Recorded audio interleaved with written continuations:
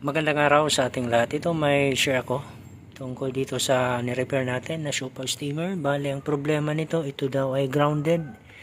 At yung ginawa natin, yung chinek natin yung heating element. Ayan po yung heating element. Nagkaroon na siya ng crack. Yan po yung pinaka-basic na dahilan kung bakit grounded ang Siopaw steamer. So ginawa natin, nagpalit tayo ng heating element. Nung magpalit tayo ng heating element, at ito na ngayon ang nangyari, ito na, gumagana na. Titingnan ninyo, yan naman po ay kumukulo na. Yan. So, bali okay na ito.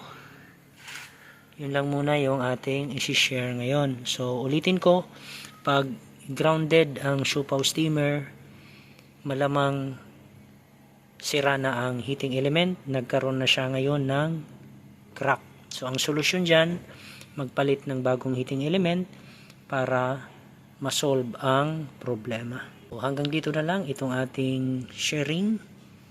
Kung nagustuhan niyo itong video, paki-like at share. Kung hindi ka pa napag-subscribe, maaari po lamang ay mag-subscribe sa aking channel at paki-click na rin yung notification bell para updated ka sa mga bagong upload na videos. Hanggang sa muli, maraming salamat po.